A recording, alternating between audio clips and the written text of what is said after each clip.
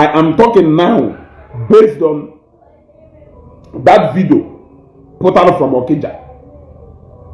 That video put out from Okija made by Akona Alatugo. Because Akona Alatugo, when you made that video, now that video made this morning. Akona Alatugo, Serenoji ofo Oguga Okija. Mweju of the sale. No one na say ni eji ofo jidogu we ga n'iru alụsị. Number 1. Number 2, na that particular video Oselena, I quote him, na ọwụrụ na this guy ọ na-atụ n'alụsị a wee jee na nke dibịa ọzọ, that dibịa wee feluo ịgwa ya eziokwu, wee chọọ ka o mee elu ya anything, wee feluo ịgwa ya eziokwu na alụsị a ọ tụrụ ya egbuo ma dibịa ahụ. Wee jụọ wee sị, ọ wụrụ na ekwuru that he who goes to equity must go with clean hands. Biko na ụmụnne anyị, onye je tụọ onye ọcha wayo, onye tụrụ onye ọcha ekpo onye ọcha mgbada, iwe gbuo onye ọcha wayo, ka ị gbuchara onye ọcha ahụ wayo, condition ịhapụrụ onye ọcha ahụ, you don't care. Ụfọdụ n'ime ha na jump from story building da nwụọ, ụfọdụ n'ime ha na-eje nwụọ something nwụọ, ụfọdụ n'ime ha na-ewelu ndụ ha through various means, ụfọdụ n'ime ha heart attack na-egbu ha. Meaning na number 1 n'iburugodu n'aka ọbara, i wee jezie n'ije zugbo ohi a, zụchasịcha ohi a wee pụta onye Igbo be anyị wee zugharịkwa ohi a. Meaning na ijelu n'afịa jesuta atụrụ, ije na afọ nnobi for example, je ha a na-eto ụlọ nso daalụ, wee jesute eru na afọ nnobi, wee buru eru ahụ wee na-epụta n'ama ụkọ, wee kwụsịnata debe eru a ka ịnyụọ mamịrị, mmadụ wee bịa zugharị ohi a eru ahụ. As a right thinking somebody, are you even supposed to be looking for that gold as if need you? I'm asking you. As a right thinking somebody, is supposed to need that ya cheru ahacho. Eru izulezu. Ego de ki igoluye. Ina asem na eta afofo lowo chasholo onye ọcha kuzi ụgwọ, onye isi ojii bai adaghị ego a nyawo ife na-enweghị iwe. Wee jụọ ya ajụjụ wee sị, what of onye tala afụfụ ịmarụ how many years of sacrifice onye atili wee make that money ịdọnọ at the comfort of your home, si na kọmputa pịa ya iru ụsọ bugakwari ego a. Have you bothered to think about the suffering onye a passing through before you generate that money? But you know here na-eche maka afụfụ ịtalụ at the comfort of your room wee na-apụta onye ọcha ego a. Wee jụọ ọwụrụ na alụsị be anyị na ọwụ na ụmụ alụsị a na-afụ ụzọ, ọwụ na ụmụ alụsị a na aka ha akwụ ọtọ, ọwụ na alụsị nọ n'Ọkịja shrine ka wụ alụsị ahụ ndị Ọkịja na-ekwu ada egbu onye aka ede ọcha. Alụsị ahụ ndị Ọkịja sịrị na oji ọfọ were ogu were aga. And I am calling on Oga Jike. Somebody should tag Oga Jike to this video. Somebody should tag Okongudibia to this video. Let them come here. Because actually Oga Jike bia sama ajụjụ a. Ka o wee be very clear. Alụsị Ọkịja ọkawụzikwo alụsị Ọkịja anyị ma ama ka eburu na alụsị ọzọ bupute n'ime ebe ahụ. Ajụjụ ka m na-ajụ. Ife nji wee na-ajụ ajụjụ ahụ na alụsị na-eji ọfọ na ogu were aga. Alụsị na-eji ọfọ na ogu were aga. He who goes to equity must go with clean hands. Ahụ ebu aka ọbara, ahụ ebu aka ohi, ahụ ebu ife ọjọọ n'obi, ahụ ebu aka ejima alụ wee gaa before alụsị.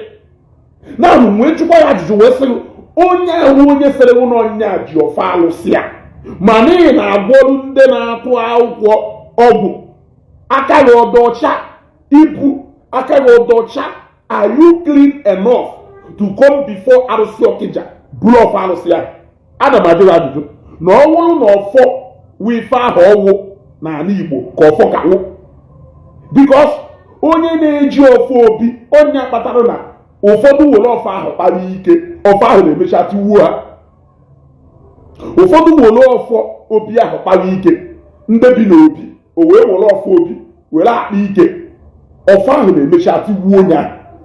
Ajụjụ ka m na-ajụ, owusikwa alụsị ahụ anyị ma gboo wife ka dụ na alụsị Ọkịja ka ebupụ na alụsị ahụ buru ọzọ buchie?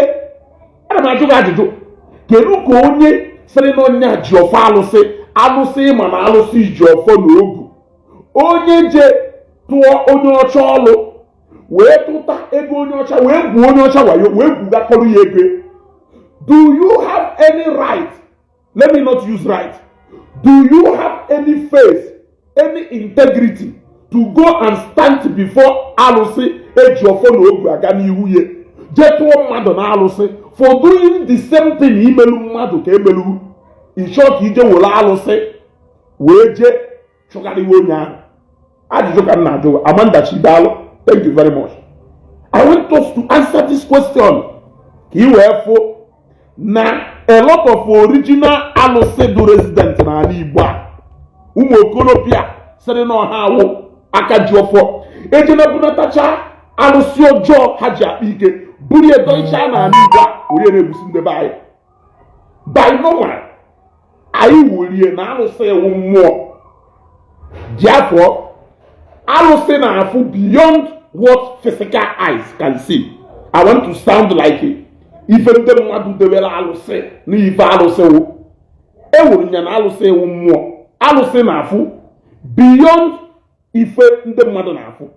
So na ọ bụrụ na mbịa na alụsị bịa tụọ mmadụ kịta wee bịa gwa alụsị si ya knowing fully well that na supposed iji ọfọ jide ogu, meaning gụnụ na ife awụ your hard-earned money, ego ịgbalụ hit wee zụta n'afịa, ego ịgbalụ hit wee lụta n'ọlụ, na onye a chọrọ ịkpọpres gụ, na onye a chọrọ ịgbagha ọkụ ka nnalụghị ifelu pụwa gị aka gụ nalụghị ifelu, i wee tiri mkpu wee gbakwuje alụsị.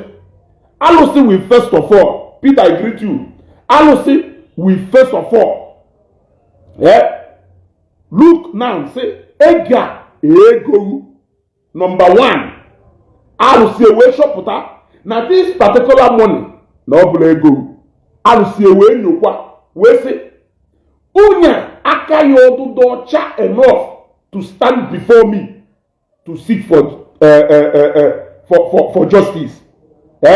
Ezugo nwa odogwu machara onye eziokwu kpaziri oke na nke ikpeazụ a Chinonye promise ajibo etu ahụ nwanne m. Alụsị n'imichasị onye ọdụ clean and worthy enough to stand before me to seek for justice.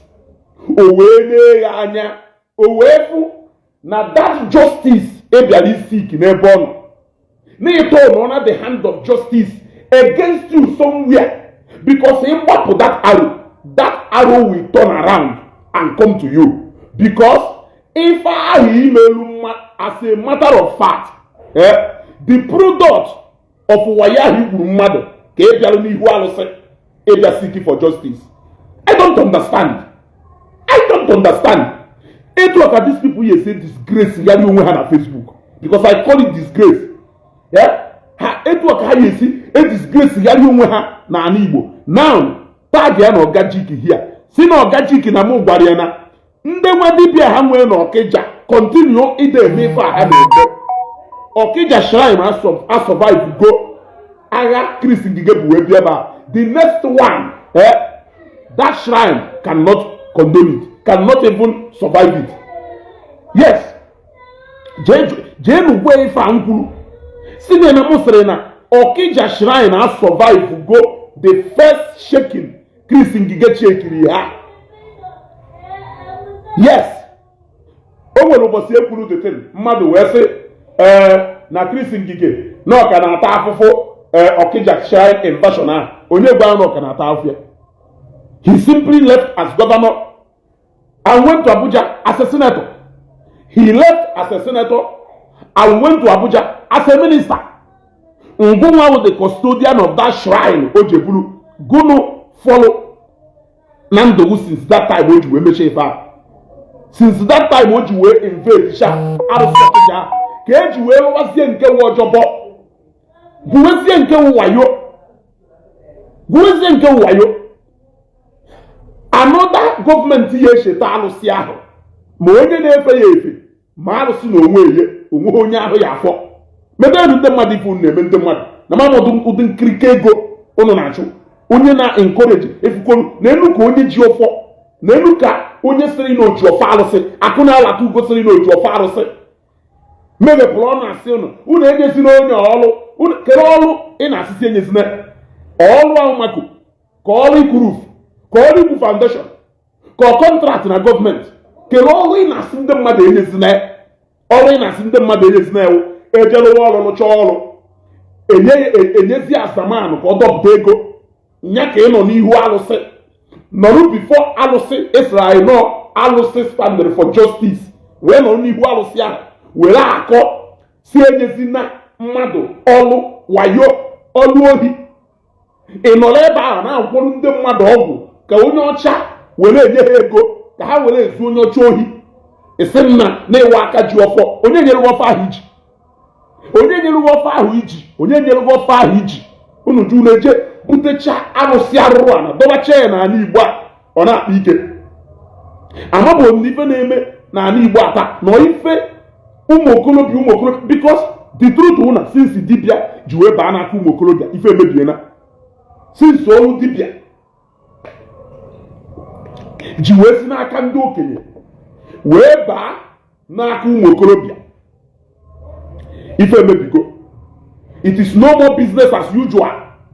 All these ụmụ okorobịa nọ in their early 30s, in their late 30s and in their early 40s since olu dibịa ji wee si n'aka ndị agadi nwoke nwere ugwu, ndị agadi nwoke nwere dignity, ndị agadi nwoke conscience ha ka fọtụrụ nwa obere because ndị ahụ ọhụ na aha eme compromise aha mana before compromise aha ọ na-adụ difficult and ha na-enene effect of that compromise na-achinye ha mana ụmụ okorobịa nọkịta ife ha dị interested na ewu ego esikwo na-epụta yes ọwụrụ ha na ego esi na-epụta no wahala ịma people justice ana m ajụ gị ajụjụ ịmakwa ifewu justice I am asking you ịmakwa ifewu justice na ife you are seeking for justice iji aka ekpe wolu mma mmanwu mmadụ wolu aka nri na-esiki for justice na-egburu onye nke gị ọhụ onye iberibe ka ewu more so ebe that person nyelu gị aka esiki that justice ma need you guilty of that same crime ị na-esiki justice na the next invasion a ga-enwe ebe ndị nwa dibịa nọ n'ala Igbo a ọ ya adụ very brutal because fa na-eme alụ gwana ha na-ezugokwurie ha na-eme alụ ha ekwukpọ na mmadụ ba ya ụfọdụ n'ime ha ahụ criminal syndicate so many of them criminal syndicate ọ ha na-agwọrọ ndị ohi ọgwụ aka ekpe ka eji gwọrọ onye ohi ọgwụ ka o jee ohi aka nri ka eji wee tụ mmadụ na-arụsị aka ekpe ka eji wee gwọrọ mmadụ ọgwụ ka o jee gwute wayo aka ekpe ka eji achụ ego onye gburu wayo aka ekpe ka eji wee nye mmadụ ọgwụ ọ eji wee jegbu mmadụ aka nri ka eji wee tụọ onye gburu mmadụ na-arụsị aka ekpe ka eji wee gwọrọ mmadụ ọgwụ ka ife ọ na-eme na-aghasasị aka nri ka eji wee tụọ onye ji mmadụ n'ọrụ na-arụsị all these things bụ ife na-eme amụghị m na ọfọ ọkawụzikwa ọfọ a ndị nna nna anyị ha yuzuru ka ọwụ ejepụta ofu isi agba ọbara na anụ chọọ nku anụ tụkwasị ede jepụrụ ọgwụ ha isi ka n'enyi dọkwasị ede edebe n'iwe onye ọwasị na oji ọfọ maka na ọ bụrụ na ọfọ kawa ife ọwụ elọtọfụ ụmụ nwa dibịa na-ekele mụ na ha ji ọfọ ahụ etiwusia na ha another thing m chọrọ ịgwa gị owu onye si na ọ tụrụ na alụsị wee welu leta wee wetara leta ahụ eji wee tụrụ na alụsị ewetara o wee wụ na ịmaghị ife ihe eme nke ahụ zikwo ngụ ka ọ gbasara mọso wee mee vidio wee nọrọ na vidio wee gosi pikshọ wee kpọọ ha afa wee kwuo na ya anwụ wee kwuo na famili ya anwụ wee kwuo na ya ekwukọ ịmaghịzikwa ife ihe eme ngụ onye ọdụrụ. If you don't know what you are going to do, ọmụ ya agwaghị ife ihe eme ịghọtago ka alụsị jekene nga ka hapụ ka ọ na-adụ iwu ebidoghị ịrụ ọrụ ba ahịa elọtọfụ ụfọdụ ndị nwa dibịa ahịa amụfe ha na-egbu onwe ha ka ka esi wepụta na kamera nọrọ ebe a na-ekwu na mmadụ ya onye nyerugwu pawa even gọvanọ even president constitution ba anyị enyeghị pawa ipronounce mmadụ n'ọya nwụ. Yes, go on at those days anyị si na military rule wepụta ebe onye isi obodo nwere right ịconvince mmadụ onye ahụ anwụọ. Now it is only a competent law court nwere power to take even keta some of the countries ebe human rights na-arụ ọrụ exchange na life sentence to life imprisonment. Ụfọdụ obodo ebe human rights na-arụ ọrụ exchange na life sentence to life imprisonment. Unu ka nọrọ ya onye nyere power to declare ọnwụ n'ebe mmadụ nọ. Who gave you that power? Ke constitution obodo nyere that power? I want to know the constitution of obodo nyere that power to declare ọnwụ ebe mmadụ nọ. I am asking you now, kelu constitution obodo nyere power to even try somebody? Are you a debt collector? Who gave you power to be collecting debt? Nigerian police is not even charged with the responsibility of collecting debt. Only court of competent jurisdiction n'obodo nwere the power to collect debt. Onye nye power to collect debt. Who even gave you power to try somebody under any law in Nigeria here? Onye nye that power. Do you know what we call Kerifa na-akpọ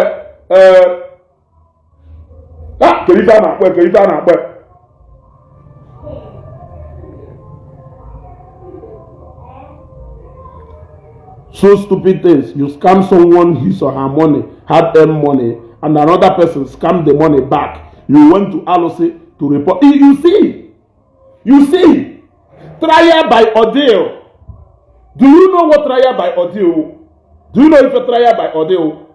Trial by ordeal is an act of trying someone for any crime before anything, either a god, either an object, either subjecting that person to the suffering of any kind or effort, just to squeeze out truth from Onyan.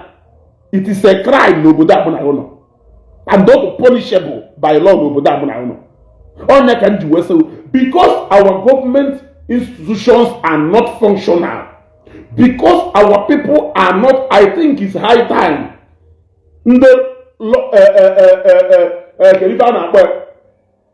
Ministry of Justice by an organization or a body that is going to be enlightening our people on what their rights are in this country, on what the law says. If you come to Zambia, nwa 13 years bụ iwu. Imagine, nwa 13 years na Zambia bụ iwu. Ka iwe marụzie.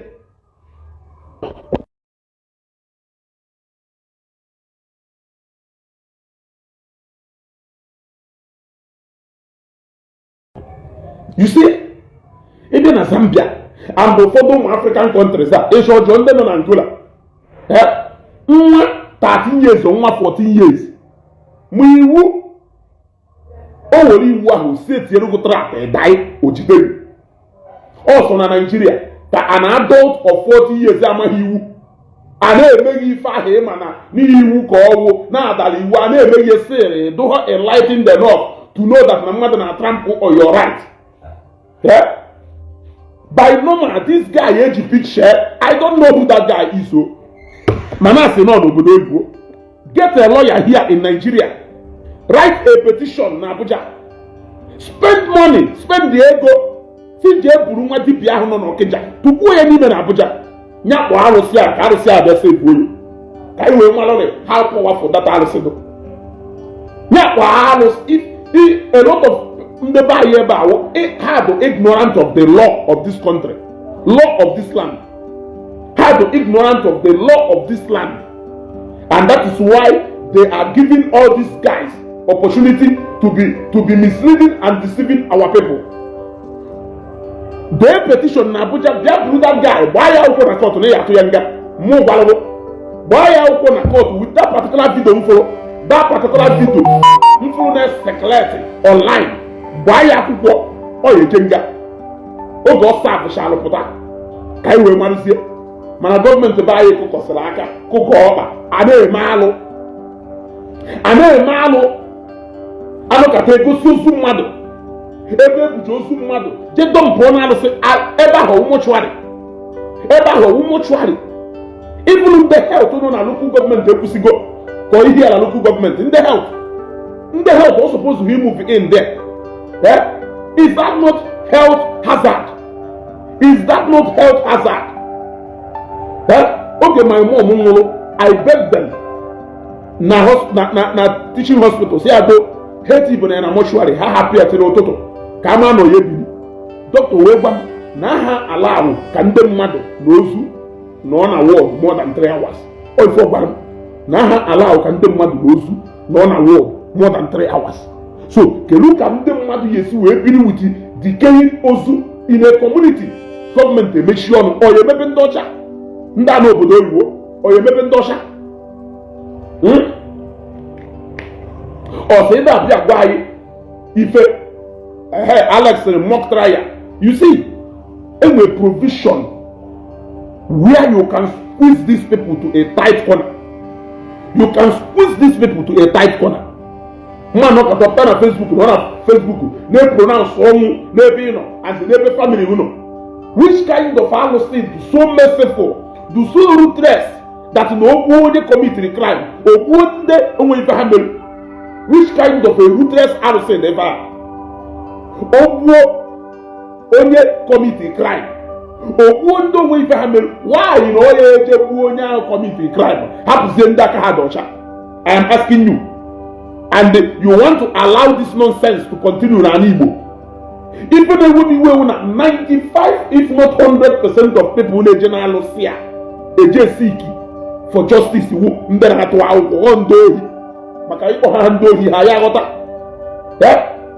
only thing the difference is that only here will na highway. Here bank. Man, if I will take the bank, you will plan on that operation. Go take you for ngum iji we no rube make a plan we na mmadụ ego ejide gị ihe eje nga. Are you not aware?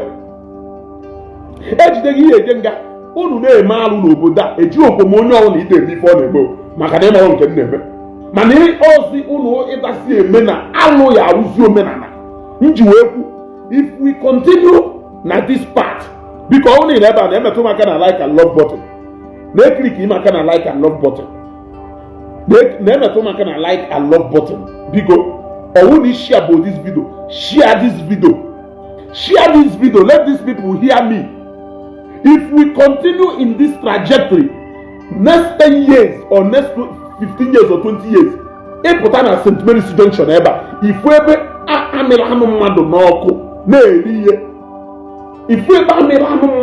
Alo is gradually becoming Omenana na Igbo. Where are our elders? Kelebe elders no Okija no. Elders no Okija. Una no. Only siri no buofo Okija. E wolo for Okija. Wela acho injustice. By what he said already, it is a proof that that is mission by on arrival. Because he will idea. Make away go in a jack shop. And even you say on alo na she was women and awo. Aba woman. Oga aba wonu taluke. If o se kuru onye egbe ego ndo buje we nata. Batalo ejiwe gbawe. Now, ndị ahụ o buji ego ha wee nata if at all, because ife ji were ekwu ife ahụ na enwezi ebe enwere an act of criminality, instead I have committed that act. Even ndị mmadụ ya adazi ekwu onye ma ndị o buji ego ha wee jee gbawuo ya. Kedu ndị o buji ego ife ahụ? I am asking you. Kedu ndị o buji ego ife ahụ? Ọkwọ ndị ọcha ahụ ịnọ be ha na-eburu ego ha na-ezu ego ha ife imere onye ọzọ ka emerugwu ịstandị nwuhe iwere egbe chọwa onye ya agbawu. Iwere egbe chọwa onye na agbawu. That is why you ji wee dey against church. Thank you very much onye dere Dozie Emmanuel. Is that not why? Because na unu ụka ya preach against that action itself. They won't even identify with the solution of I agwa give to Caesar what belongs to Caesar. So why you eji bịakwute pastor na nwere onye ji ego gbafere nya kpere ya ekpere pastor wee jụọ ka business unu merụ o ji wee were ego ahụ gbafere iwee gwe n'igwuru onye ọcha wayo o jezie ka ọ dọpụtara ụlọ ego ihe anyị emeghepụnye ọnụ gwe onye ma nọ ere man of God. Olesi nọ ndị feki a, olesi nọ ndị a na-eme inyezie ya ọrụ o jekwuzie chọọ nwa dibịa ya alụrụ ya ọrụ a. Olesi nọ ha ndị pastọs a na-ejekwa ọrụ mmụọ n'azụ, ọrụ mmụọ na-ekwukwo aha ọrụ ikpere ya ekpere mee were nọ ijekwabe nwa dibịa jee ọrụ ọrụ mmụọ. Also how they are entertain such kind of the only a real man of God. The moment they warrior no vlog or no to out of mad bullet or don't know or preach to you against that act of it what do you know wickedness? No genuine or real man of God will entertain that complaint. So the only place he appear to is and can do what the piano and our job. Madu told no alụsịahụ enwe video evidence of ebe eji picture debe ya edebe wee kọrọ ife niile ha na-akọ wee nwee ni leta edetalụ were ife niile a dee petition wuje ya Abuja nwa dibịa ha ya pụta in 2 years. I'm telling you, yes, I ya pụta in 2 years. You are encouraging people to go and be staying the same name na with justice. The hand of justice is all good. If you need a sinner, you see a war within the mother, how will you put away? The same Alusia, he abandoned the mother, that you put away. The same Alusia, he is a shake on the Bruayo. Yeah? I'm telling you, it is high time government here teach some of this Ndedibiano Okija, because if I carry an Okija, then go sick. If I do too much, carry no Okija and then go sick. Yeah? Echi nunu sira ino science and technology can do charge yanisi no hoka and they be churches. Echi mi funukuru unu sira ino science and technology keji yanisi can do charge yanisi man unu waji alose ozu mmadu adobalo open places na alusi ye ebu mmadu nyakunu ji yanisi ihe wonu power ha alusi ga nwere we lo moto ha use fuel make oku na adu uninterrupted no Okija Enugu Ezike. Make Enugu Ezike one of the biggest markets in Africa. Make Okija one of the biggest markets in Africa. Make Okija and Enugu Ezike indigenous one of the most prosperous in Igbo. Make Kagari out of Ifo Joe and Ifo Ona upon the mother castle usere no Okija nyan kwa one nya. Ana majoga ajo. Eh? Oh, because of na no more alusi wuri esibo alusi enwere na Igbo. Unu ebusicha na kechicha ha anya. Unu ebusicha na wala akwa black kechicha ha anya ka ha gari rise in anger. Unu wezizie bubatasie ndị foreign one na unu je bubata. Bacha alusi, bacha mmọnwụ here and there. Were ekpọrọta ha n'Igbo bịa na-eme alụ. Communities and elders. If I name no Okija cannot happen in Nnewi. I dare you. Can the name chop tani udibia na akpaga na? Yeah. Can you leadership kisi na Nnewi po? Yeah. In the elders no obodo enwe ike pụta speak against this act. Only me under your watch more than 40 people of Alusi Okija. Kelo onye the actual person Jiofa. Ana majora dijo. Emokono ojo njo no onye Jiofo wori na akpahalu. Onye Jiofo wori ofa ahụ oji wori na akpahalu. Na ọwụrụ no ofo ka ijile. iwere iwere akpa alụ elders nọ n'Ọkịja mechie ọnụ nọrụ a na-eme alụ a before your very own eyes. Onye sịrị na oji ọfọ alụsị eji wee mara Ọkịja. When you talk about alụsị Ọkịja, onye ọbụla nọ n'Ọkịja amarugo that you are talking about ọnọdụ ka Edo Nnewi. Onwe alụ a na-eme na Edo Nnewi taa, whether na ma eso na part of it or not, provided na Edo awụ na alụsị eji wee mara Nnewi, provided na Edo awụrụ na unifying alụsị ama na ọnyanwụ alụsị. When you trace it back to history, ọnyanwụ alụsị n'ọdụ ka protection and ebe ndị Nnewi nwere before ụka wee bịa, and ụka bịakwara ewepụkwa ahapụkwa for ndị decide kwara na ọkwa arụsị aka ya dị ego. So either way, you cannot separate Nnewi from Edo Nnewi. That is why Nnewi ji wee hapụrụ ha that large expanse of land ha na-ebe ife ha na-eme ebe a. Ọha na-amaghị ife anyị alụ ebe a ọba. Yes, and another side ha appreciate China njem ịkpa a plot of land aka ebe a. You are talking about 70, 80, 150 million. It's not that na Nnewi amaghị ife anyị alụ ebe a. Anyị ma anya na be anyị, but ha hapụrụ ebe a ka ha na-eme ife ha na-eme. Mana the moment ebidoro ịkpa alụ ebe a, Nnewi agbaghị na ha amụ anya. So what I don't understand is why elders and prominent people nọ n'Ọkịja yesi wee nọ n'Ọkịja before their very own eyes. Ụmụ okorobịa, ụmụ ikiri okorobịa 30 something years, 42 years, 29 years. Ewolu a simple so n'ife ji wee mara Ọkịja wee woli na-eme alụ unu emechisi ọnụ. Kedu ka onye sịrị na oji ọfọ ịmakwa ife nwọfọ? Kedu ife nwọfọ n'ala Igbo? Onye ji ọfọ ọ na-eme ife ọjọọ. Onye ji ọfọ ọ na-ebu aka ọbara. Onye ji ọfọ ọ na-ezu ohi. Onye bu ọfọ ọ na-atụ ụga. Ime any of these things kwere izu kwere ọnwa ọfa anyị uru, because na ejighị aka ife ọjọọ were ebu ọfọ. Ọfọ is the symbol of truth. Ọfọ is the symbol of equity and justice. O nwere onye aka elụrụ alụ na-ebu ọfọ. Iburu ọfọ ahụ tuwo onye ka nji wee jụụ. Ọfọ niile dị n'ala Igbo tata, one n'ime ha ka wee ezigbo ọfọ. Ọfọ niile dị n'ala Igbo today, one n'ime ha ka wee ezigbo ọfọ. Because ya afụ onye na-eme ife ọjọọ, o buru ọfọ na-eti n'ala. Ịya afụ onye na-eme alụ, o doro anya na ọ na-eme alụ, o buru ọfọ ahụ na-eti n'ala. Ịjụọ m, for example, asị ngụ nke a akụ na-alata ugo na-eme, ọgụnụ ka ịkpọrọ ya. Ọgụnụ ka ịkpọrọ ya for the mere fact that na o meghepụrụ ọnụ wee sị ụmụnne anyị ndị n'obodo oyibo unu enyezina this guy ọlụ na ọ na-eme ọgba ndị mmadụ na onye sekwu ya ụgwọ na akaụntụ aka ọgụnụ atụ ụgwọ ọgba ha na akaụntụ anwụọna. So gosi na ọ na-agwọrụ ndị na-eje egwu wayo ọgwụ. Ị na-agwọrụ ụmụazị ya gwu ọgwụ ka ha wee jee gbuo anụdamanụ wayo. Yes, ị na-enye ha eji ana ha ya eji egwu mmadụ wayo. Mana ego ị na-achụkwa ife ahụ ego egwuru na wayo. Kedu ebe ndị elders nọ n'Ọkịja nọ ewee nwere ofe ife so n'ife eji wee mara Ọkịja? Ịgwa ha mmadụ n'iwu onye Ọkịja ife ọ ya ajụghị owo kedu maka ọlụsị Ọkịja? Yes,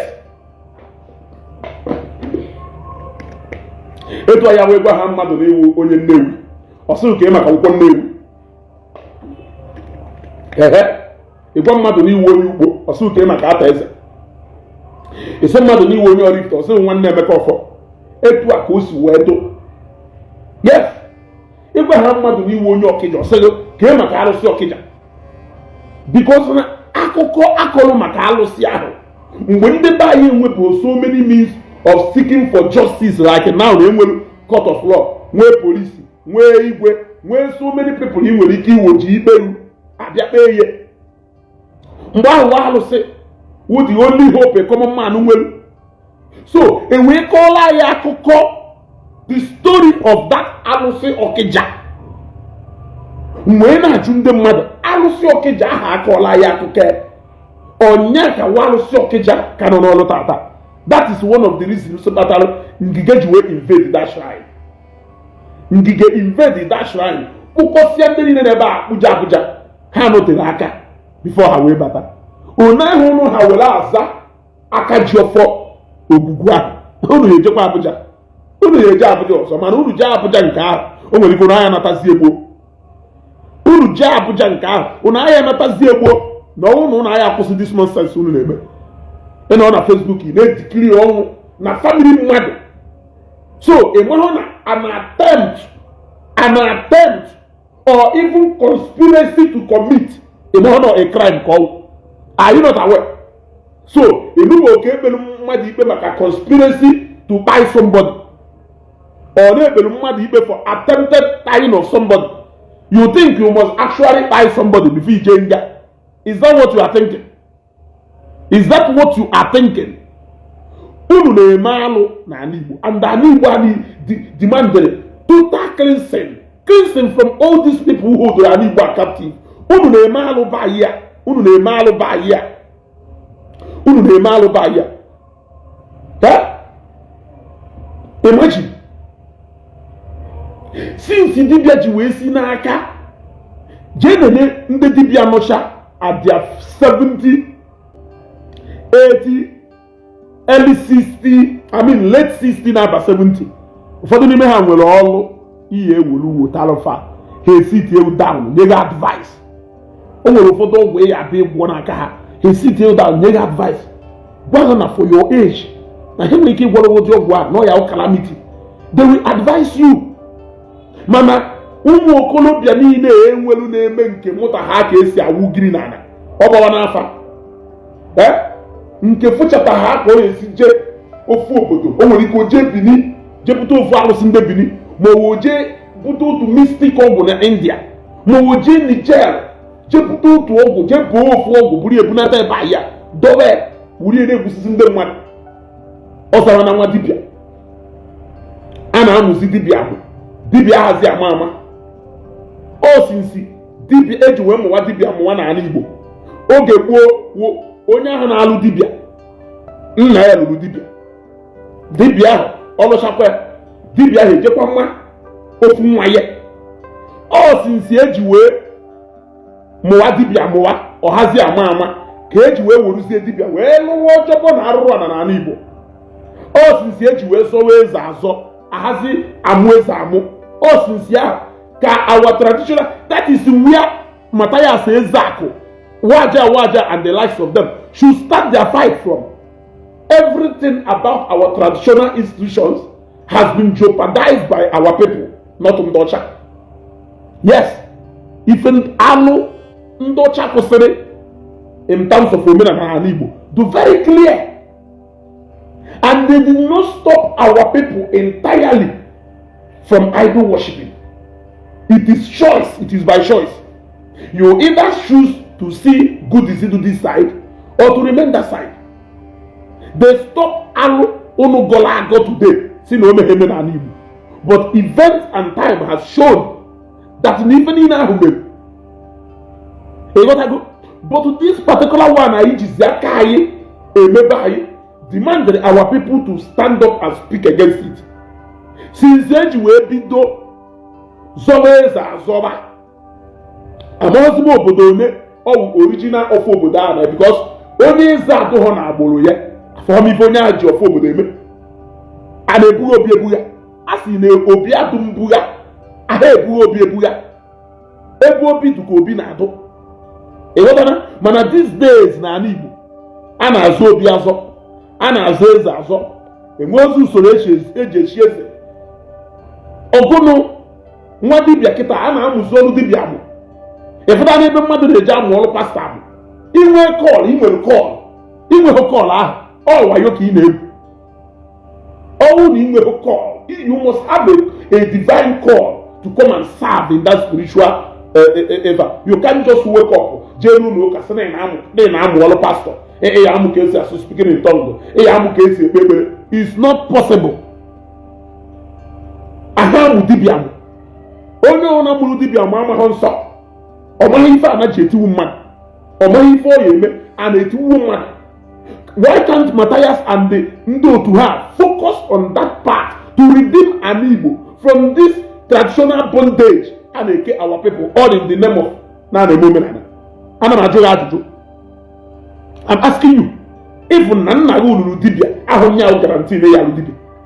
Yes, because na dibịa ahụ nwere ike jee nwa nke nwaanyị ọya nwa nke nwoke, o nwere ike jee nwa nke obere nwa ọya nwa nke nnukwu, ịghọtago. But another alụ a na-emekwa kịta ahụ na for the mere fact that na nna ya gburu dibịa, o jezie o jekwa mmụọ dibịa, ọrụ mmụọ mmadụ na-akụziri mmadụ akụziri, mmụọ ya emepeghị anya gwa ya ife ya alụ, ije ha mụọ ya mụọ, ọ pụgo from ife a na-ekwu. Onye ọnwụ na mụrụ dibịa mụ ịmụọ dibịa mụọ, ịmụọ dibịa mụọ ịghọ dibịa, ọgwụ ka ị na-agwọ ije bute ọgwụ, ife ahụ ị na-eme mmemme nwa ndị de spirit ka mmemmekwa ife ahụ ị na-eme.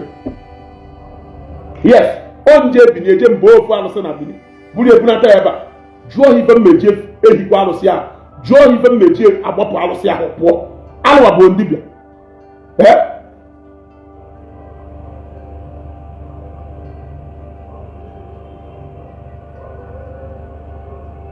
Of course, onye nwere call can go for a Bible study.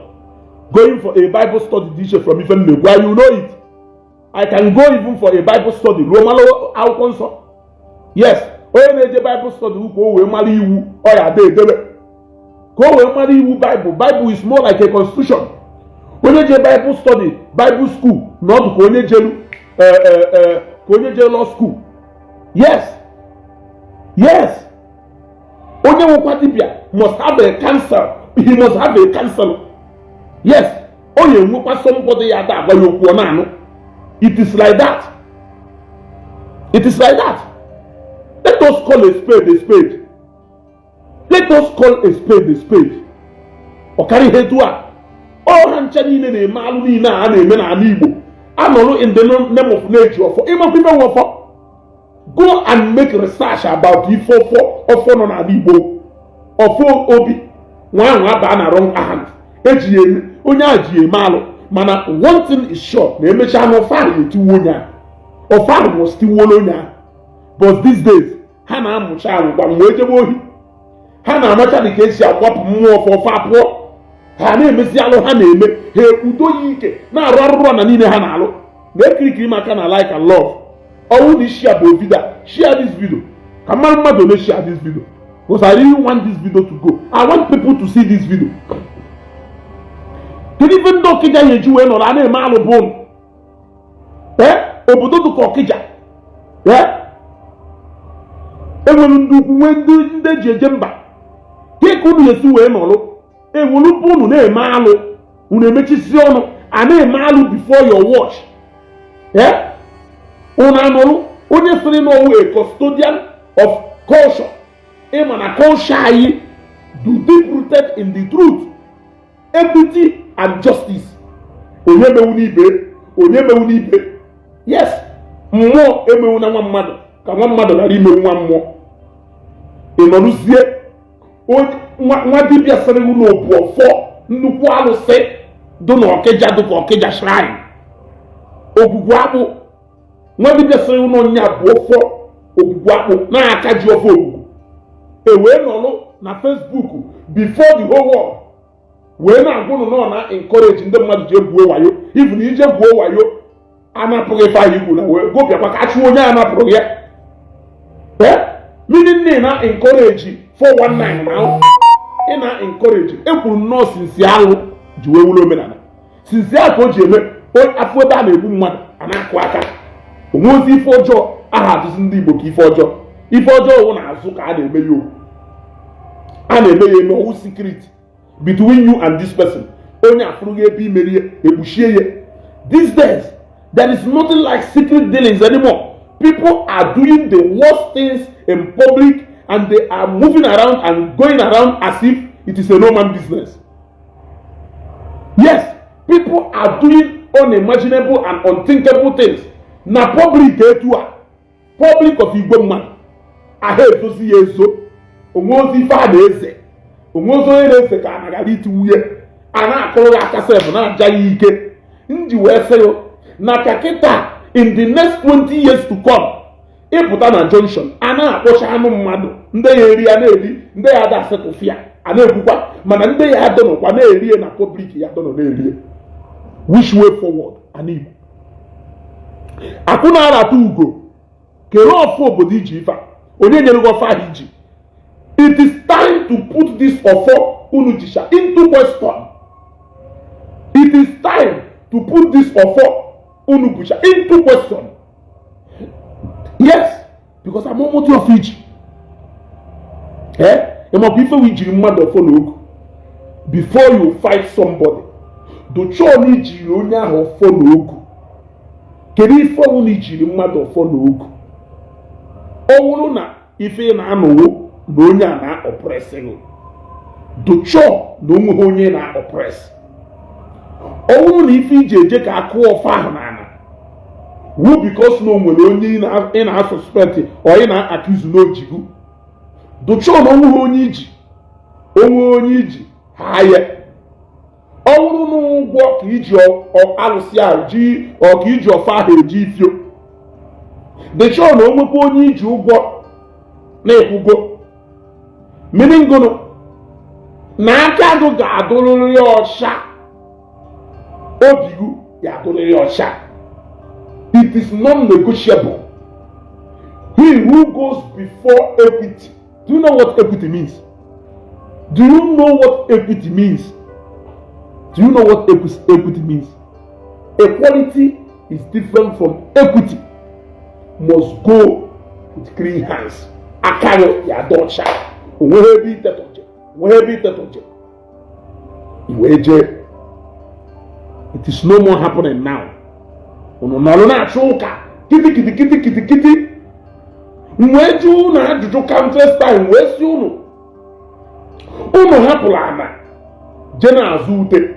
Mgbe jụọ question wee sị ịzọgide ute azọta ute ya abịa gbaa n'isi m.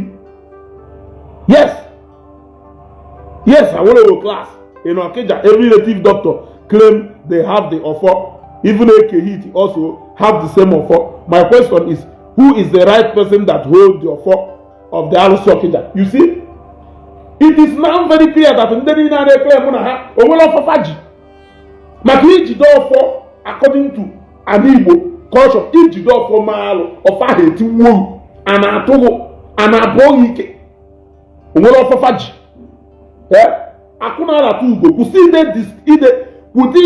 this display of mockery. Kusi this shameful display in a many akwụkwọ. You will land yourself into trouble. Jee mark ya vida mmerụ today. Ma akwụkwọ video onye mgbagolo unu jee mark ya. Ụfọdụ eme na ụfọdụ ka ya eme. Ọkwa ime ala unu na-abịawo na Facebook. One day, if you na Facebook a, we find eji wee use you against you. Ọkwa ifuru ozu mmadụ unu na-egosi. Ọkwa ifuru all this amụrụ dị ife ọ na-eme ndị polisi jide onye ohi ha ejecha onye ọ na-elesi jecha onye na-enyere ya aka o were akwado mmiri na-eje bank robbery a na-ejide ndị jere ohi ahụ jide ndị dịrị ihe ohi ahụ jide ndị edere ha ji wee jee ohi ahụ ha ncha niile katawu. Nne m ochie gwara na nna we wuohi nne m ochie kwurie na nna we wuohi. So I don't know if ndị EFCC eji achụgharị ndị na-egwu wayo mana ha ya hapụ ndị na-agwọ ndị na-egwu wayo ọgwụ ha ga-eje gwu wayo. I don't know why. Because ebe ọhụrụ na-achọghị ịkwanyere onwe unu ugwu lụwa ọchọba ahụ ụnụ na-alụ ya na background na-alụrụ ihe onwe unu na-alụ ya na secret ahụ ewepụta ya n'ihu. Among nka EFCC eji achụgharị ndị na-egwu wayo why na unu fụrụ ndị na-apụta na Facebook openly adị ekwu na ha na-agwọ ọgwụ ihe ejije gwu wayo. Kedu ife unu ji wee ka hapụ ndị ahụ? Onye ka m ji sị na iwu ada alụ ọrụ be anyị. The day the law in this country will become functional, the day every single individual living in this country will know their full right and benefit, that day ka obodo anyị adụ mma. That day ka obodo anyị adụ mma. Ịpụtakwaziri asị nwa dibịa ịbịagba ndị mmadụ onye ahụ enye ọrụ ijede ego a na-ekwe openly ife awụ ife a na-eme n'azụ. Ịfụ na ị na-akpa nkata mmadụ nụchata ife unu na-ekwu ajụọghị m na ya aza gị na ụdị ife iche ofe ife kwuo. Mana today a na-emesie openly ọghọta ife zoro ezo ọghọta ife ọjọọ ife ọwụzi iwe ezigbo ife ọntị ị na-eme ihe maka ije bụ wayo ahụ ife ọfụ ọha ife ọjọọ ọntị ị na-egwuo ihe kịta ịkọwara na ego a n'itewele ga ka iwe ife dị otu a na-enwe ife you will know the pains people na-aga through in such kind of things, but until then it is a normal thing. Onye debe nke ye sirie, onye egbuolu sisi ibe ya ọkụ, ndị ọcha mere nga, ndị ọcha mere nga, ndị ọcha mere nga. It is a payback time. It is a payback time. Mana ngụ ikwụsị na ụfọdụ ndị bụ ụnụ lụrụ nwuru ụlọ elu na compound ụnụ because na ha jere ndị ọcha. Onye kwe ukwu na ụlọ elu batara na compound wu today wu because na o nwere nwanne elu jerube ndị ọcha ruo be ndị ọcha wee break the bond of poverty nọ na family ụnụ. Ụlọ elu bata bụ moto bata bụ ife niile ahụ eji emere ụnụ gaa anyị n'ilo wee lu ụnụ wee biri bụ ụnụ. Onye kwe ukwu nọọsụ oge ọbụla na ndị ọcha mere nka, ndị ọcha mere nka, ndị ọcha mere nka, mana everyday ijuru na embassy ha na-achọkwa ha nakwa na ịkachọ ha na-ejebefa. They have left you. Ị ka na-achọ ha today na-ejebefa. Ibu na imeta ife nga iji chekwa nga be ha ịchụkwa na ya na ịbụ mgbe ndị ọcha ahụ nọ onye nnọkọta wolu na ya na Naijiria be nna gị gụọ iyi ịtụ maka ụkpụrụ alụ ife okpuru ụwa abomination. Ka anyị mere onwe anyị ebelo. I fear for an Igbo in the next 20 years. Adụrọkwa perfect o. Asịrị ngwụ na mụdụ perfect mana ife ngwara ọgwụ na ife ọjọọ bụ na azụ ka a na-ekwu ya. This issue of apụta n'ihu a na-ekwu ife ọjọọ, ife o doro anya no ife do capable of eating mmadụ na nga a na-ekwu ya iji ije zuo ohi. Onye bụ ụnụ bịa na ya lụ ya ịchọ ndị egbe ejekwa uwe na-aba na onye ka ịwụ onye ji wee krọsụ ịwụ mafia. Onye ka ịwụ onweghị onye iwu na onye ohi ka ịwụ. Ị na-ajụ m onye ka onye ọwụm onye ohi ka ịwụ onweghị onye ịwụ. Ị na-achọ ka m gwa ya ụfọdụ ji egbe ezu nke nwa ji kọmputa ezu. Yes, so ọ bụrụ na ije zuo ihe mmadụ zugharịkwa ya the same way onye zuru ohi ahụ si wee ya sikwa etu ahụ na ya it is the rule of the game.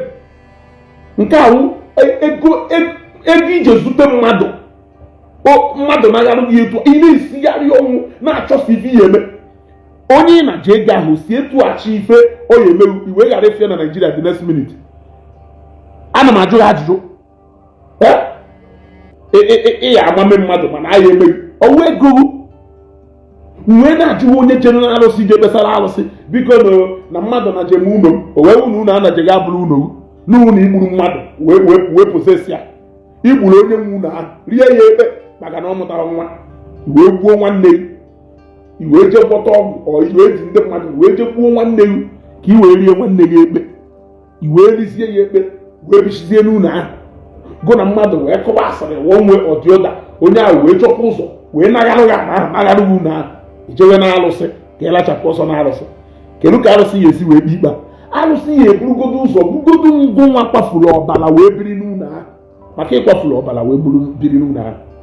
So onye ka nna gwa na alụsị dị n'ala Igbo ọ na alụsị nọ n'Ọkịja na arụsị Ọkịja Ogwugwu Ọkịja a na-akpọ mamụhọrị na ọ dị actual Ogwugwu Ọkịja ka eji alụ ọlụ a ka alụsị eji ebute from somewhere. Now ọ bụrụ na alụsị ahụ wuo alụsị standard for justice o nwere onye ọ ga-egbu. Complain niile a na-ewu taa enweghị onye ọ ga-egbu na anyị biri ya ọgwụ oburu ọgwụ anyị gbafelu ọgwụ ahụ n'anya mmadụ ọrụ ọjọọ ka ị na-alụ. If ị na-emegodo ụdụ condemnable before man, it is condemnable before men, it is a crime before men. Etu agwa ka anyị si wee kpee na mmụọ. Yes, because na ọgwụ ahụ erendana a lot of ụmụ nwoke a n'Igbo useless and ma be ndị ọcha and mmụọ ya afịa wepụ anya. Yes, iwee bi mmadụ ọgwụ ahụ wee buru ya gbafelu iwee jebe na alụsị ka ijebesala alụsị. Wanyị ma na ife ahụ ijere ikpesala alụsị na n'anya mmadụ na-ejigodie mmadụ ikpe tụọ ọrụ nga. Gọọmenti obodo ọbụla anywhere in the world jidere ụfọdụ ya egbughị egbu, ụfọdụ ya atụghị nga mkpụrụ ọka, ụfọdụ ya atụghị nga ya anọdụ aka wee pụta. So n'ihu ndị mmadụ ife ị na-emegodo udo condemned ijebe na mmụọ ije seek justice. How are you going to get that justice? How are you going to get that justice when every hand around you physically is pointing against you? You just hear na more kijenata justice. Akwụkwọ nsọ gwara anyị na etu esi eme n'ụwa ka esi eme n'eluigwe. Ọ na ịma akwụkwọ na-abịa na mmụọ n'ọkwa etu esi eme n'ụwa ka esi eme na mmụọ. Etu esi eme n'ụwa ka esi eme na mmụọ. So ụfọdụ ndị ụmụ okorobịa nọkata efu nwa 25 years ọsịghị n'obu ọfọ onye biri ọfụnụ ji eme alụ. Ite niile ahụ dọbachalụ ọwụ ite ndị na-azụ afịa, ọwụ ite ndị na-arụ ọrụ, ọwụ ite ndị na-arụ na gọọmenti, ọwụ ite ndị ọwụ, ite ndị na-egwu wayo, ite ndị na-ezu ohi, ụfọdụ ite ndị na-egwu mmadụ. Kedu ndị jọ ebe unu nwelu unu siri ekpetara mmadụ ikpe nya? Kedu onye nyere unu pawa ide ekpere ikpe? Look, let me tell you, if unu na-eme na anọ Ọkịja ahụ, all in the name of dibia. Ife ahụ unu na-eme n'Enugwu Ezike, all in the name of dibia. Asokwu na ụmụ dibia anọghị n'ebe ndị ọzọ niile, mana obodo na-abụ ka ọ na-eme akpọ ha ndị mmadụ atụwa ụjọ gbawa ọsọ. Ife unu na-eme ebe a, do condemnable n'ụwa as long as etu esi wee condemn na mmụọ. Iri idoro ka agwa ọ dị condemned n'ụwa because mee m ife ọjọọ, gọọmenti akpọrọ m tụọ m nga, jekwachụwa nne m na nna m onwe ife ha mere, jekwachụwa ụmụnne m onwe ife ha mere, unless na onwelu ka aka ha si wee tụ n'ife ahụ mmerụ. Number one,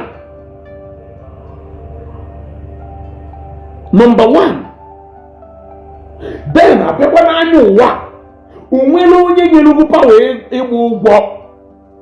Ọdụdụrụ polisi ịgba ụgwọ. Police will try to maintain peace.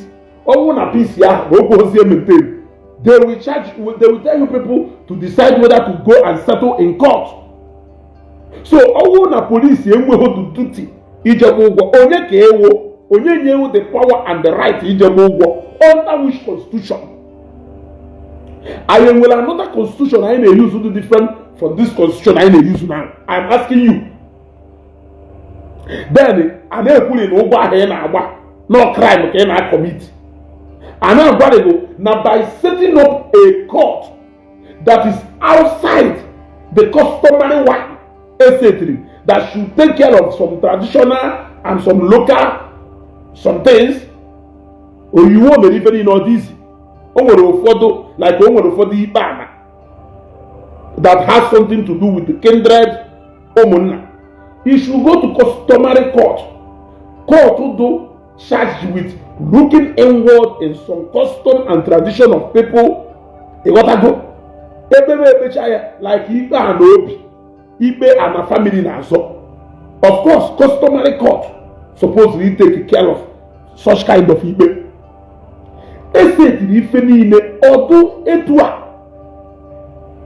There is no court anywhere charging. There is no law anywhere. Otherwise, trial by ordeal, which have a grave consequences. It is heavily punishable by law. Onana nyona sincere nu here. Onye wewala wichala ogboy na video tie na Facebook. Na we gari yala. Onye wewala wichala ogboy na Facebook tie na Facebook. Ikobelu ndo unelu. Igboy na Facebook tie na Facebook and the man nene madness un exhibit ebe niile. Ana ekwu ha ncho to na ama ife ana ekwu. In 21st century like this, he na showcase ozu ndị mmadụ na mgbụgbọ. In 21st century like this, he hope that picture mmadụ na-declare ọnwụ n'ebe onye ahụ, na-declare ọnwụ na family n'ebe onye ahụ n'ebe ndu. Share one of that video akụna aratu gomere ikpe azụ a. Share one of this one na-eme. Si na onye ahụ afọ picture ebe a, only the cancel. Nyakpo mụnwa wezugo. Let me advise him on what to do. Ka ebunu funde kwa atụrụ. Ka o je Abuja, olu Abuja ka ofifo mere onwe. Olu Abuja jecha Abuja bata ofifo mere onwe. Ọnwụ na anyị si Abuja wee bịa bukọlụ nonsense niile ahụ ọ dọbalụ mee as evidence, as exhibit. Ọmalụ etu akụ ụfọdụ n'ime ha debela ahụ na ha na-agbatara ndị mmadụ ụgwọ si nara ndị mmadụ ego rie eweje chụgharịba ha ụfọdụ n'ime ha jere ịmacha fensi ebe a na-achụ ha nche ahụ aka ji ọfọ mana ị gbatara ụgwọ rie ya. Aka ji ọfọ ka iwuo ịgbata ụgwọ irie ya. Onye ịgbatala ụgwọ chụgharịwazie ngụnwa ọfọ ahụ iji esoghị wee chụgharịgo ịnọdụrụ ọfọ ahụ ike. Ọfọ ahụ bụ nya ịdụ excluded na justice ọfọ ahụ na-achụ. Arụsị ahụ ị na-efe you are excluded from the hand of justice. Arụsị ahụ o nwere ife iji wee kpuchi arụsị ahụ anya ebe ị nọ. Kwụsịrị wayo unu na-egwu ndị mmadụ. Unu egwuzina waya. Ịnọ n'obodo oyibo atụọ na arụsị ya anwụ ọntụrụ ijekọrịcha bata achụ ndị agha plant ebe ị na-eti ndị na-etiri gị ife na mmanya ọ na-etiri ndị ya abịa agbawu ịnwụzie asịrị na arụsị igburu. Ịnwụzie asịrị na arụsị igburu. Kwụsịnụ wayo unu na-egwu ndị mmadụ. Kwụsịnụ wayo unu na-egwu ndị mmadụ be anyị. There will come a time when an Igbo can no longer accommodate you people. There is always an expiring date for everything. Ịchọghị ịjụ ajụ ihe ejeju maka during the time of eze nne ha, during the time of edi n'ọgụ ha, during the time of kere afa ya ha ka nkụ. Go and ask during their time. Then mgbe ya awụ onye ohi na-abịa beru onye ekpuchi ihu ekpuchi. In fact, those are those days onye ohi ya afụwụ na ba ebe na-aṅụ mmanya gwarụ kwadorie n'abalị na ọ na-abịa. They were feared. In fact, ha overpower police. They never knew that there will be a day something equal to them will come up and end their rule. Until that day came. Today, all of them will history. Those days, if came off your corner, so in I know bottle beer na a non back for you na ọ nọkata fụwa ozugbo ọsị oke ni nwere ego. Ụfọdụ n'ime ha agwa kwadorie n'abalị na ọ na-abịa. O nwere nke anyị ma egburu somewhere around ka m ghara ịkwa afọ ya. Ọ bịa ohi o gosighị ihu gbaa n'ọnya. Echi niile ịfụrụ ya ka opu mashin ya na-agafe ituo ya afa gaa ọ bụ onye bịa zuwa ohi n'abalị. They never knew that a day like during the time of Bakassi will come and end their ugly rule. They never knew. Today it has happened. Mana ndị mmadụ ahụ eleenu lesson. Ọwụ na ndị mmadụ na-eleenu lesson. Onye mere ife o merie n'oke. Maka imefe ha n'oke. Nya ị naghị eme ife n'ụwa na-eme na excess etu akwa ka ọ dị onye ị na-achọ okwu. E nwere onye ya achọkata okwu. Ị na-achọ ya okwu a ma ọ wụ ị na-ewu onye ahụ na-ewu onye ahụ na-ewu onye ahụ ka onye ahụ nọrọ within the limit.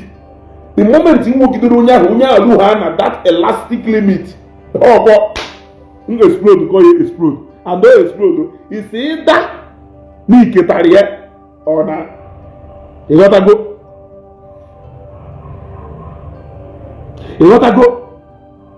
So now what I am saying is a time shall come n'ala Igbo mgbe ya wụ oke n'ọsọ ngwere n'ọsọ.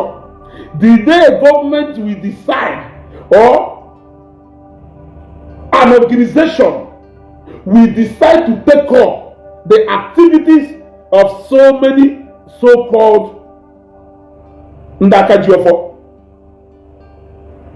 Mgbe a ga ya interpret unu iwu niile unu na-ada na Nigeria. Ọdụ ukolokolo iwe mara na nobody is above the law. When we get above the law in Nigeria, because impunity, too much. That is an impunity. If it is not an impunity, such kind of videos you cannot bring it to Facebook.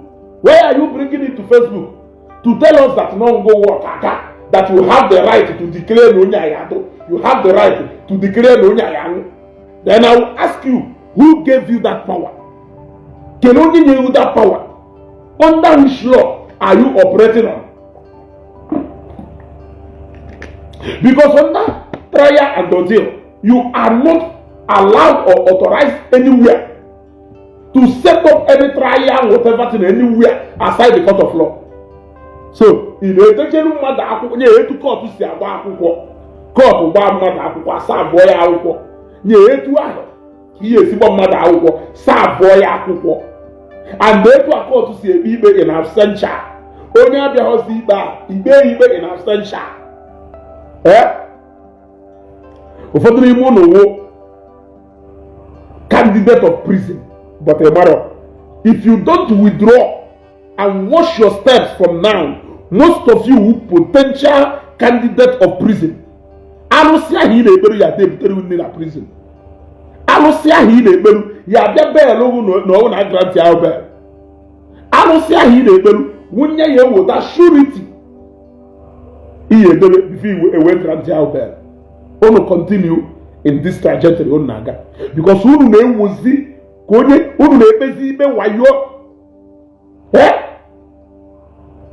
ebukwu na nne na nna na-asọpọtụ nwa ha hapụwa akwụkwọ nwa hapụta n'ilo ebe ha na-ekwu ha gụọ tie na ọ bụrụ ife ya apụta openly na-ekwu it is clear ị na-asọpọtụ godo onye na-eme ọ bụrụ na o nwere nwanne ọ enyi gị na-eme ị na-asọpọtụ ọ ife ya apụta n'ilo it is not honorable for you to come out and stand and say yes na-eme ife na-asọpọtụ onye anya mere it is not honorable to do that.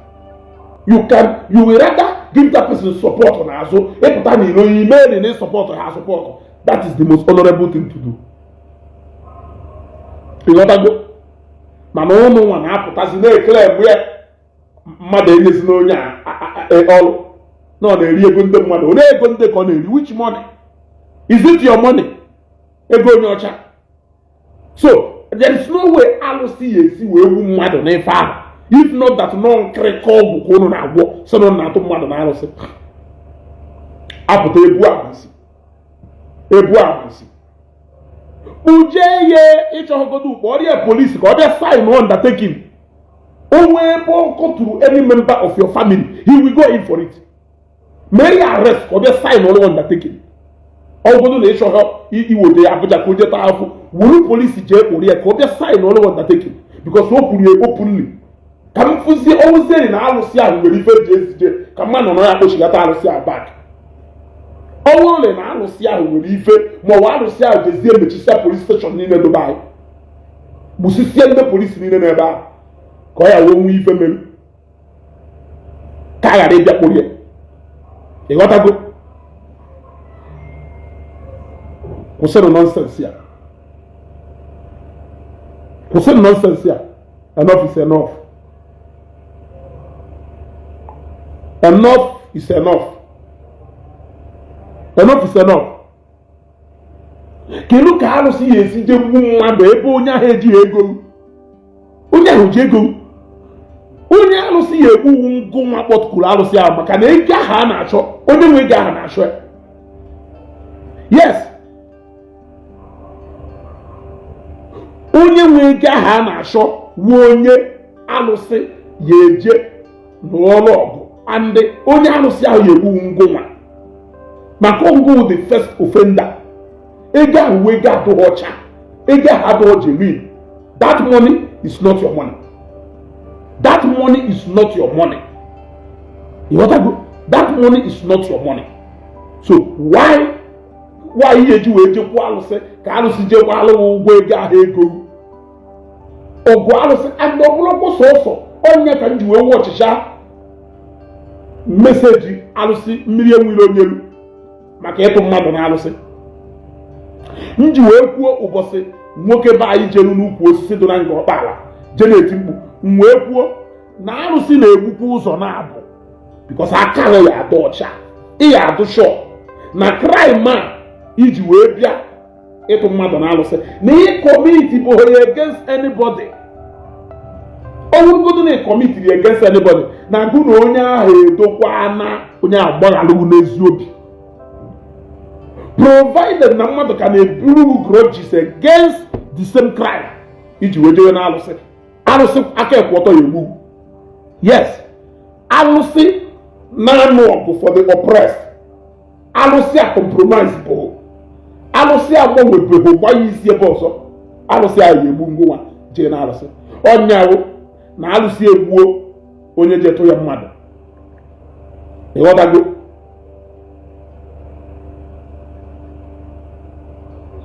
I think so. fundado. Bueno, ¿sabes? Pues sí, conseguí y conciencia. Casi eso fundado.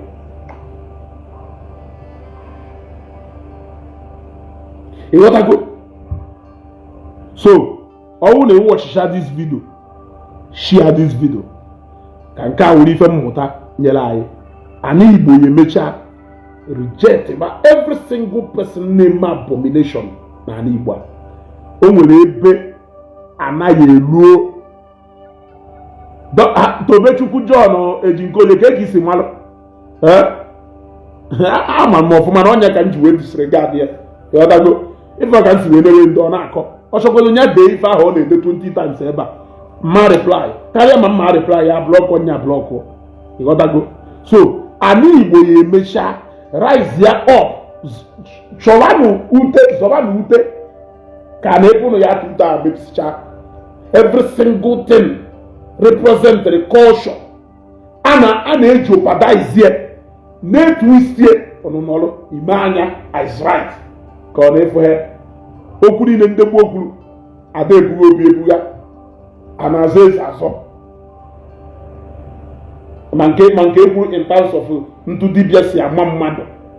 Dibịa na-ama mmadụ ama and ọ ya esi from somewhere mmadụ ama m a lot of ụmụ okorobịa mmata ata around self ma around me ma around you na-amụ dibịa ọmụwa dibịa mụchasịcha dibịa ọ mahụ nsọ ama o nweghị ife ọma ọ pụta oworie na-eme alụ oworie na-akpa aganaga oworie na-akpa alụ oworie na-akpa aganaga onye bi n'obi ji ọfọ ọ na-eme alụ nwa dibịa nwere ama ji ọfọ ọ na-eji ya eme alụ iwere ihe eme alụ a na-etiwu uru anyị ekwughị ekwu ka ọ wee wụrụ unu ne ya alụ ha anya hapụ be anyị gbagolu si na ọ na-achụ ndị pastọ gọnụ ndị ụka nwanyị na nke nwa alụ na-eme n'azụ n'obelu nke nwa alụ na-eme n'azụ n'obelu ịnọ nwa dibịa sịrị na oji ọfọ nnukwu so ọnwụ na iwe onye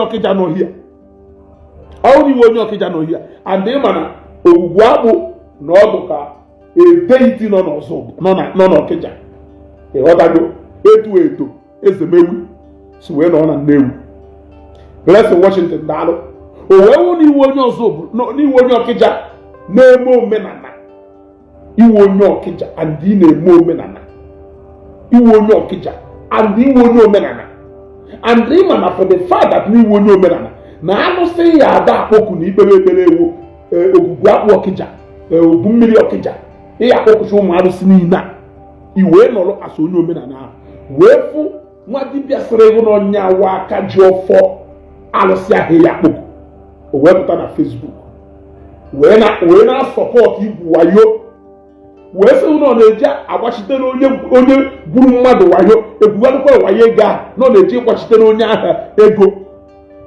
Is that still part of the justice system? Arụsị ahụ na fight. Why can't you speak up? Ụka ahụ ị na-anụ ka ha na ụka ahụ je alụ n'ụka ha na ogwu akpụ. Ana m ajụ ajụjụ. Ogwu akpụ is still there for you. Edezemewi is still there for you to go and do your worship. Worship Edo. Na ọ na-eche worship Edo. Go there and worship Edo. Onwe onye jiru e worship Edo. Je worship Edo Nnewi there. Onwere onye jiru. Chọọchị anọchigoro ụzọ. Mana ọnwụ ife njọ na ịnọ a na-emebisi Edo imechie ọnụ ma na-ese n'iwe onye omenala. A na-emebisi ife alụsị ọkịja ji wee dee ebube imechie ọnụ si na ndị ụka ka ị na-anụsọ ọgụ. Ịnọlụ those people know as the custodian of that alụsị nọlụ na-eme alụ na-eme mpụ. Ime is right. Ime is right. Chibeze, I'm on the program, go measure program. Yeah? You know, that custodian of that deity, as in Gunga Wunyo men and a name malo, Messiono, Sinon the pastor, are your leaders. They are not your spiritual fathers. You have no business to do with them. It's no hammer, how if any name so. Mwejo say. Ezotashute ọwụna isi m ka ya agba ka ọ na-ana ọkwa na-esi n'ụlọ dụrụ mma wee pụọ n'ama ife eji wee sịrị na a ga-alụ ndụ baba ka onye ire rie ewu na if you fail to preserve your life, if you fail to take care of yourself.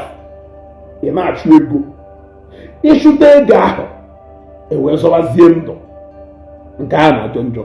So ịhapụ ana ije na-asụ ute, zọtagodo ana, kọnkagodu, dominate godu, ịnụwazi ọga ya nụ ka ọ yawa ụka na ibi nwụọ ọwa ụka na ichighatazie iwefu na ife niile kwasara anya aghasasịchago. Agwa ntị mana ọnụ họ bọsa ya egburu isi.